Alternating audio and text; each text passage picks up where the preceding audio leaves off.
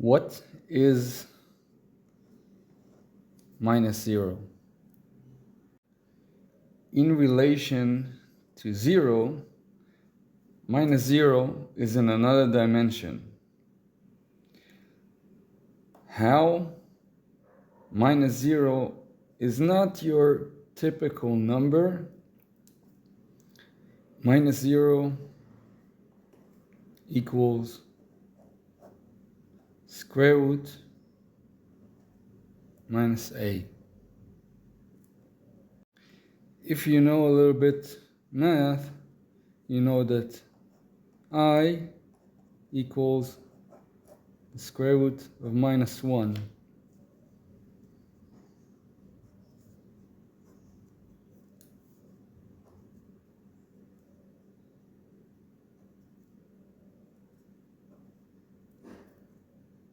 And let's explain minus 1 for a second. Minus 1 is a circular movement. When you raise it, when you square it, second power, third power, fourth power, it keeps revolving. But it starts from the square root of minus 1. So minus 1 is two-dimensional plane, on a two-dimensional plane.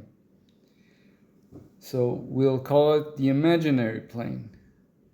So on the same imaginary plane, we can also put minus 0.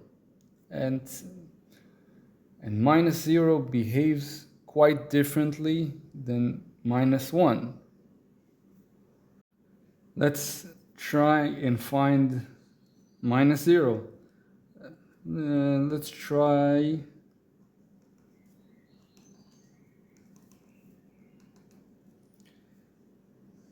Let's try 1/2.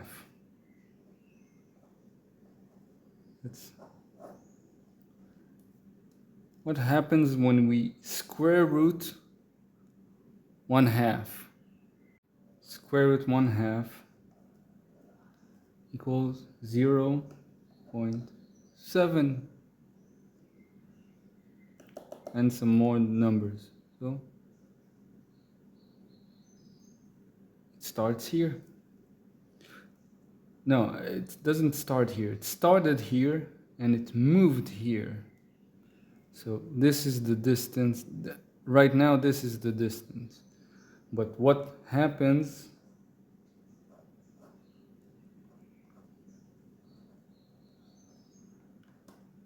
when I square it? If you guessed nothing, you're correct. Nothing. But let's continue. 1/2 to the third. 1/2 to the fourth power. I forgot to put a minus everywhere.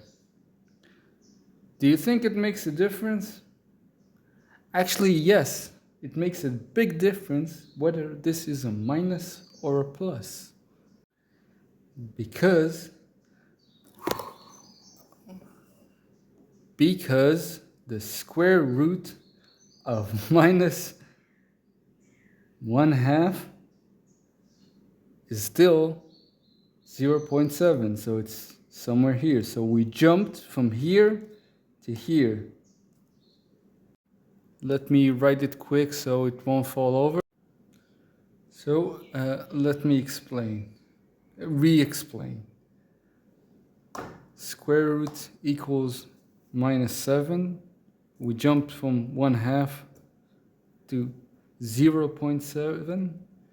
We jumped back again, back to 1/2, minus 1/2. Then we jumped to minus 0.35. And then we jumped back to 0.25. So we're alternating depending on the square between plus or minus. And you could argue we're jumping between dimension here, this dimension, this plane, or this plane. But that's not everything, because we only moved on one axis. A second axis will be to change the number itself. So instead of using a fraction, we'll use a negative integer. Let me write it here in just one moment. Same ordeal. I picked -9 at random, but it works with other numbers exactly the same. We jump from 3 to -9 to -27 and all the way to 81. We're still on the same one-dimensional plane. If I try and make it into a function and the square root, and I'll try -0 times I, not only will I be jumping from one to side, I would also be moving in a circle. Next video, I haven't decided. Maybe I can explain it again with 1 plus -0, or the same as 1 plus 1. Or I can straight move on to the square root of -c, which is far more interesting, and it behaves quite differently, quite radically different. Thank you for watching, and stay negative, stay positive. I have no idea. You choose.